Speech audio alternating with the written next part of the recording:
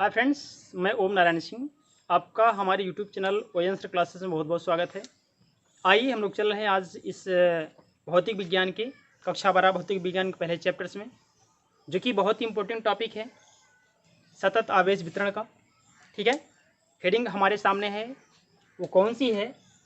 सतत आवेश वितरण के कारण किसी बिंदु आवेश पर स्थिर वैद्युत बल। बहुत ही इंपॉर्टेंट है सतत आवेश वितरण कारण। ठीक है ना, किसी बिंदु के लिए स्थिर वैद्युत बल का मान क्या होगा आप निकालेंगे। वास्तुतः पहले इसके बारे में जान लेते हैं, उसके बाद इसकी टाइप पर चलते हैं। बहुत ही इंपॉर्टेंट है, इस पर आप गौर करके समझिएगा। सतत मीन्स कॉन्टिन्यूअस, लगातार। आवेश वितरण आवेश का बंटवारा या विभक्त होना, अर्थात एक ऐसा निकाय जहां पर आवेश पूरी तरह से विभक्त हो, बटे हुए हों, अलग अलग हों, एक जैसे पाए जाए, निरंतर पाए जाएं। मोशन में है तो मोशन में ही रहें, लेकिन कॉन्टिन्यूअस रहें। ऐसा नहीं कि चलें थोड़ा सा ब्रेकअप हो जाए। कॉन्टिन्यूटी खत्म नहीं होना चाहिए, एक जैसे पूरा होना चाहिए। ठीक है ना, तो अगर ऐसी प्रक्रिया पाई जा रही है तो उसे आप क्या बोलते हैं? सतत आवेश वितरण।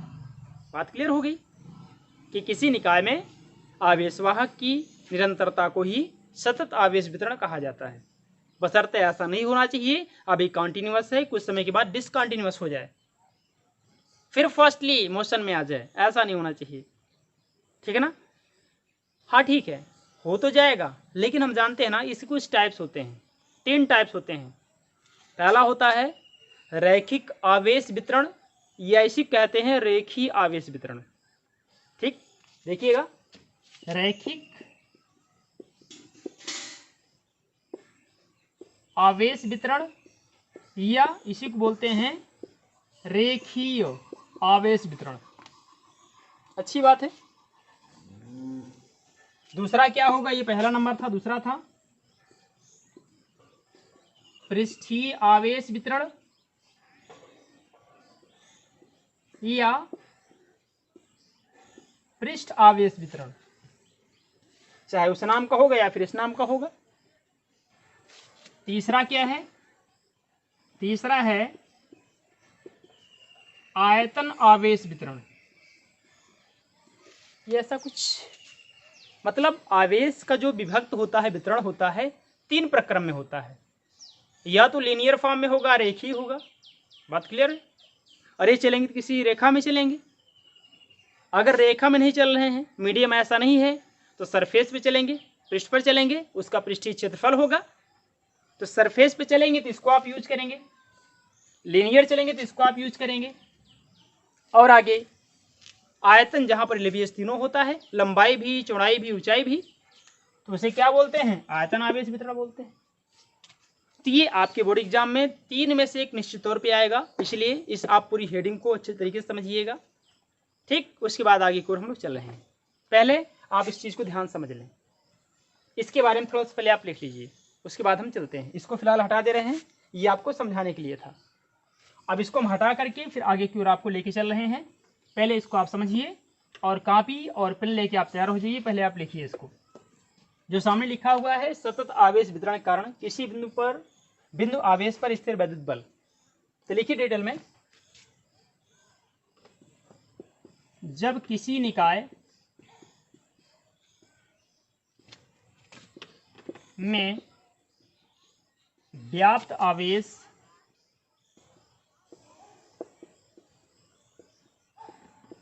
निरंतर रूप से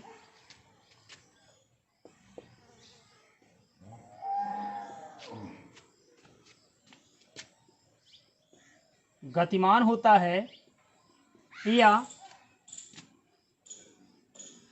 यथास्थिति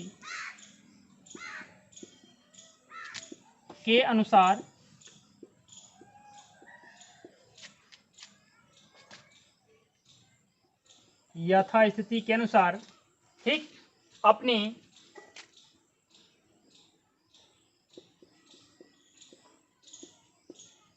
निरंतरता को कायम रखता है, उसे सतत आवेश वितरण कहा जाता है। ठीक, यथास्थिति के अनुसार मतलब लीनियर है या फिर पृष्ठीय है या फिर वॉल्यूम फेज है, कैसा है वो स्थिति बताएगी। तो ये रहा फिलहाल इसकी बातें। आगे देखिएगा,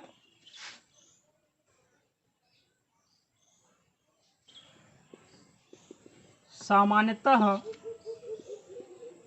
सतत आवेश वितरण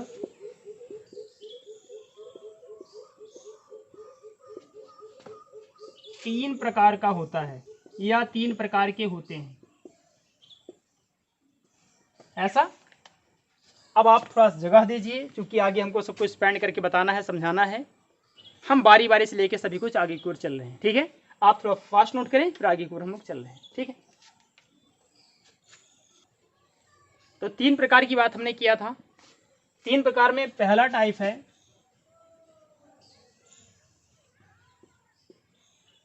रेखीय, या इसी को बोलते हैं रैखिक आवेश वितरण, ऐसा कुछ, ठीक है ना। इसका पहले आप डायग्राम बनाइए, ऐसा कुछ हो गया। मान लेते एक्स हो गया, वाई हो गया, जेड एक्सिस हो गया, 3x हो गया।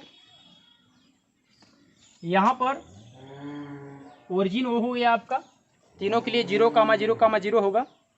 फिलहाल एक ही एक्सिस पे हमें काम करना है, इसलिए केवल हम ओ लेके चल रहे हैं। इसे हम कह देते हैं R1 या वेक्टर R1। इसे हम बोल देते हैं R2 या फिर वेक्टर R2। इसको हमने R1 कहा, इसको हमने R2 कह दिया। रेखीय प्रक्रम में हमारे पास एक वायर है धनावेशित, इसकी लंबाई L है, इसको मिला दीजिएगा, ठीक। तो क्या हो जाएगा, वेक्टर R21 बराबर vector R2 minus vector R1, ठीक। इस पॉइंट का नाम दे दें कुछ, हमने फिलहाल P दे दिया, इसका परीक्षण आवेश क्या Q0 मान लिया, ऐसा कुछ। और ये Q0 है, इसको हमने DQ कह दिया, ऐसा। अल्पतम चार्ज को हमने DQ कह दिया। हमने एक स्ट्रक्चर बनाया, स्ट्रक्चर आप ध्यान से देखें। 3D का एक स्ट्रक्चर है, X axis, Y axis, Z axis, that is X axis, Y axis, Z axis. Origin 0,0,0 तीनों के लिए होता है, लेकिन सिर्फ हमें एक फेज पे काम करना है, इसलिए हमने केवल लिया है 0, दो रेखाएं ले लिया, ठीक। ये हमारे पास, इसका भी हम कुछ नाम दे दें, फिलहाल कैपिटल क्यू दे दिए।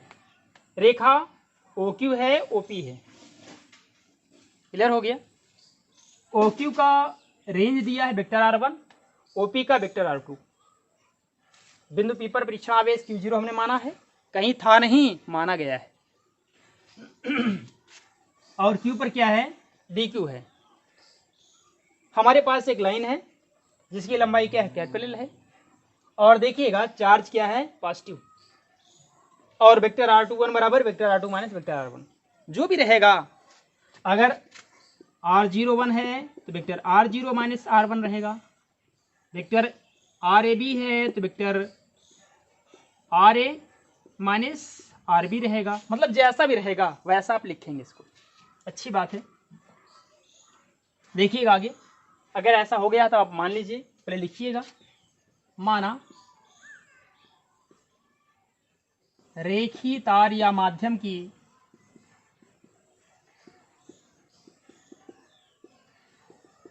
लंबाई कैपिटल L है, ये जो आपके सामने है कैपिटल L है, जहां आवेश एक समान रूप से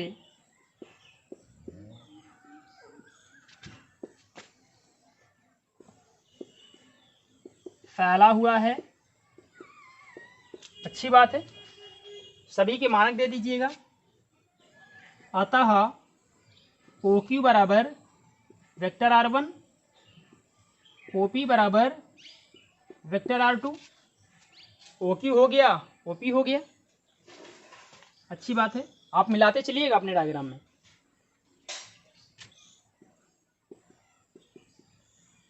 बिंदु Q का आवेश dq तथा बिंदु P पर आवेश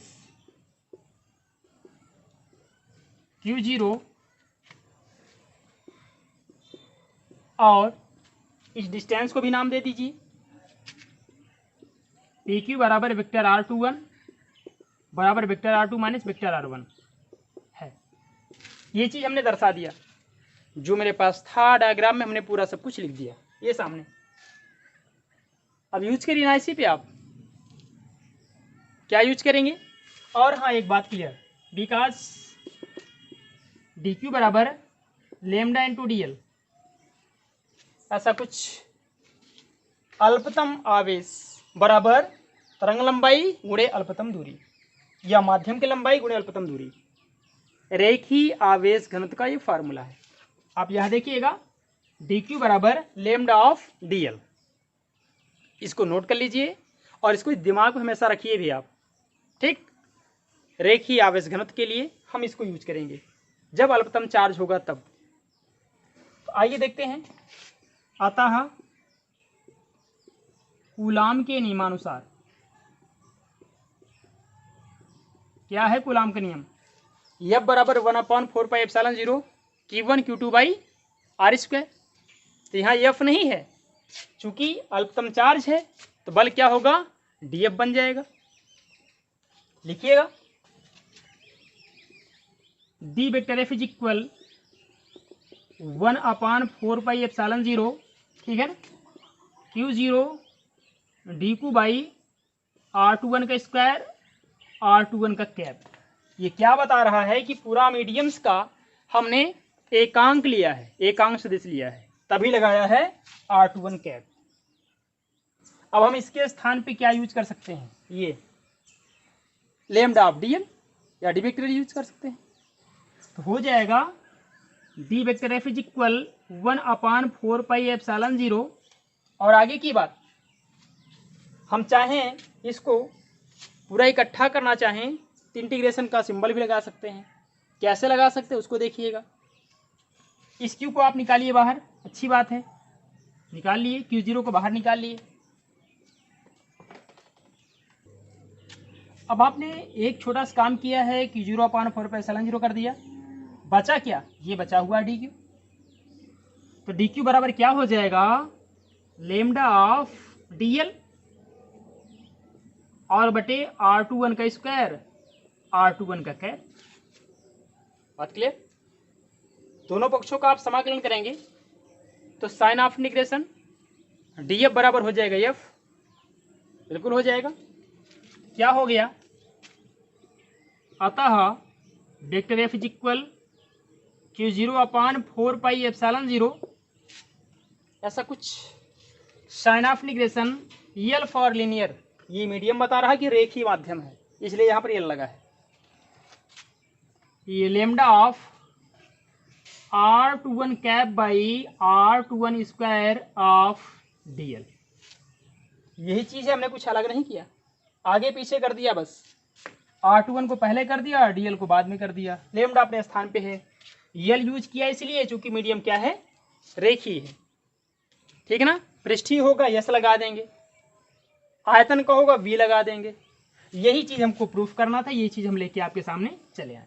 बस एक बात क्लियर हो गई, कौन सा, रेखीय या फिर रैखिक आवेश वितरण। ठीक, तो डायग्राम बनाइए, इसको आप फास्ट नोट करिए और दिमाग में रखिए भी। आगे की ओर हम लोग चल रहे हैं। अब सामने हमारा इसी का दूसरा पॉइंट है, पृष्ठीय या पृष्ठ आवेश वितरण।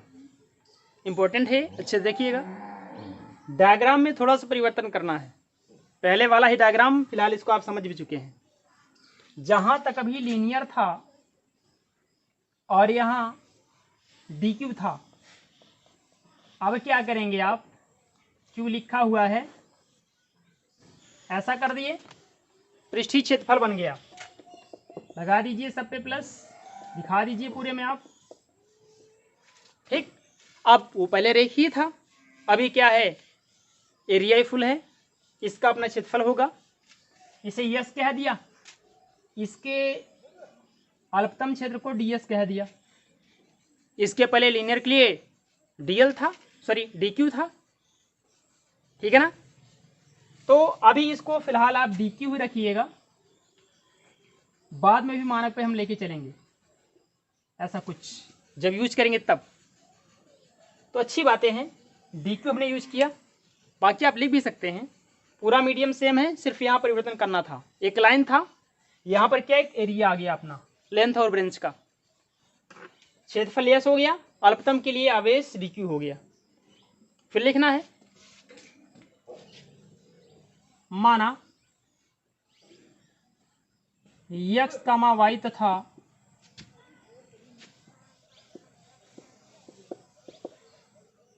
z अक्षों के सापेक्ष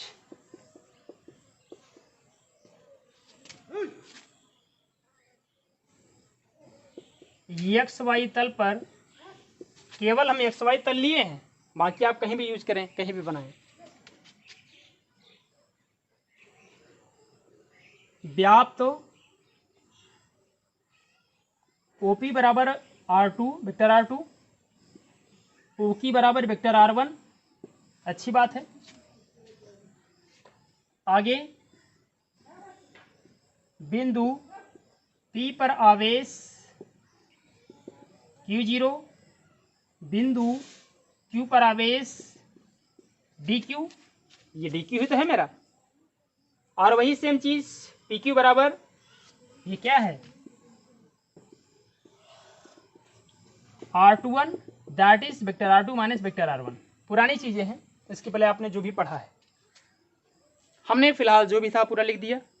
अब फिर आते कूलाम के नियम पे, वैसा ही सॉल्व करते हैं। और एक बात हाँ बची हुई है, पृष्ठीय के लिए क्या होगा, डीएस या डी वेक्टर एस बराबर हो जाएगा छोटा सिग्मा ऑफ, सॉरी डीक्यू बराबर हो जाएगा छोटा सिग्मा ऑफ डीएस। पृष्ठीय आवेश घनत्व के लिए अल्पतम आवेश डीक्यू बराबर छोटा सिग्मा ऑफ डीएस, जहां छोटा सिग्मा क्या है, पृष्ठीय आवेश घनत्व। लिखना लिख दीजिए, जहां छोटा सिग्मा, इसे छोटा सिग्मा बोलते हैं, पृष्ठीय आवेश घनत्व है। अतः कूलाम के नियमानुसार क्या हो जाएगा फार्मूला, डी वेक्टर बराबर 1/4πε0 Q0 DQ बाई R21 के स्क्वायर R21 का कैप, रखिए ना मान। तो हो गया डी वेक्टर बराबर Q/4πε0 DQ बराबर क्या है, छोटा सिग्मा ऑफ डीएस, छोटा sigma of DS by R21 का स्क्वायर R21 का कैप। इंटीग्रेट कर दीजिए, अतः समाकलन करने पर क्या हो जाएगा, डीएफ का बचेगा केवल एफ, या वेक्टर एफ इक्वल क्या हो जाएगा, Q0/4πε0 साइन ऑफ इंटीग्रेशन यस, यस फॉर सरफेस या पृष्ठीय, और क्या हो गया, इसके स्थान पे छोटा सिग्मा, ठीक, R21 का कैप अपान R21 का स्क्वायर ऑफ डीएस, ये कैप है ऐसा। तो हमें जो निकालना था उसको भी हम निकाल चुके हैं। ये रहा पृष्ठीय आवेश घनत्व के लिए क्या, पृष्ठीय आवेश वितरण का फॉर्म या फिर फार्मूला। बात क्लियर, दूसरा भी आपके सामने क्लियर हो गया इसी डायग्राम के माध्यम से। अब तीसरा जो आने वाला उसमें भी डायग्राम यही रहेगा, थोड़ा परिवर्तन रहेगा बस, जैसा कि इसके पहले आपने देखा, यहाँ लीनियर था, अब क्या हो गया, पृष्ठीय हो गया। अब एक घनाभ ला देंगे, उसके द्वारा निकाल लेंगे, ठीक है। आप फास्ट नोट करें, आगे की ओर हम लोग चल रहे हैं। तो ये है आयतन आवेश वितरण, यहाँ भी देखिएगा आप, इसके पहले जैसा ही है डायग्राम, वही थोड़ा सा परिवर्तन होना है। हमने एक मीडियम ले लिया है फिलहाल, जहाँ चार्ज कुछ ऐसा फैला हुआ है। यहाँ पर एक ऐसी आकृति बनाइएगा जहाँ लंबाई चौड़ाई ऊंचाई तीनों हो, देखते हैं, बनाते हैं।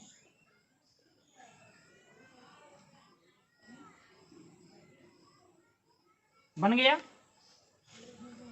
जहाँ लंबाई भी है, चौड़ाई भी है, ऊंचाई भी है, ठीक है ना। अगर इसको आप आधार मान लें, ठीक, इसको एक फेज मान लेंगे आप, एक फेज आप इसको मान लेंगे, चाहे इसको मान लें चाहे आप इसको मान लें। लंबाई चौड़ाई ऊंचाई क्या हो गया, आयतन V हो गया इसका।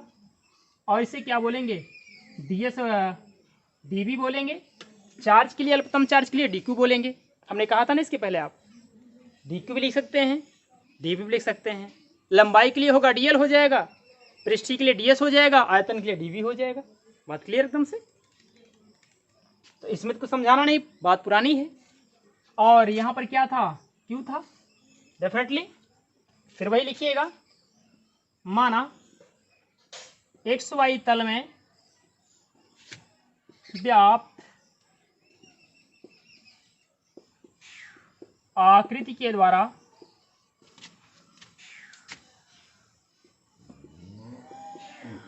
लंबाई का चौड़ाई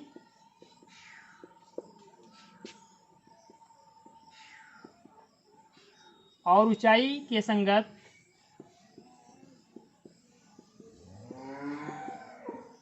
आयतन कैपिटल V है। इस प्रकार सारे मानक OQ बराबर वेक्टर R1, OP बराबर वेक्टर R2, इसे आप वेक्टर OP भी कह सकते हैं। आगे की बात, ये क्या है, PQ बराबर vector R2 minus vector R1, definitely हाँ, अच्छी बात है। फिर आगे थोड़ा चलते हैं, dq बराबर हो जाएगा रो ऑफ dv। आयतन आवेश वितरण के लिए आयतन आवेश घनत्व को रो से निरूपित किया जाता है। ये आपका रो है, P ऐसे बनता है, थोड़ा टेढ़ा बनता है, थोड़ा डिफरेंस होता है P और रो में।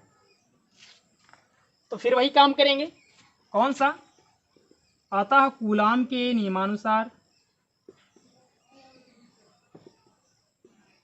फार्मूला डी वेक्टर बराबर 1/4πε0 Q0 dq by R21 square R21 का कैप, या D vector F is equal Q0/4πε0 और dq बराबर क्या है, ये सामने rho of dv by R21 square R21 का कैप।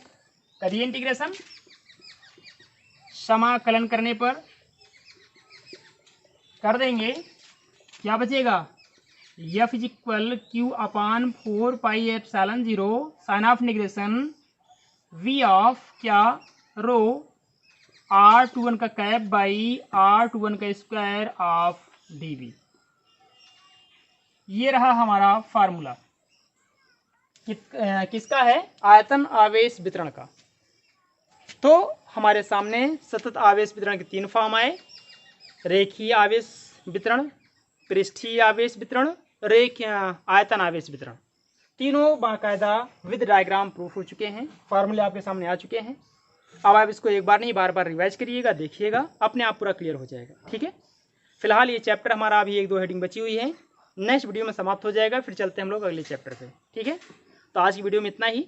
और हाँ, अगर हमारी वीडियो आपको अच्छी लगी हो तो इसे ज़्यादा से ज़्यादा लोगों के साथ लाइक करें, सब्सक्राइब करें और शेयर करना बिल्कुल ना भूलें, ताकि हर एक बच्चे तक इस लॉकडाउन की स्थिति में ये सारी समस्याओं का सलूशन मिल सके, हर एक ग्रामीण बच्चा पढ़ के आगे की ओर निकल सके। Okay, thank you so much.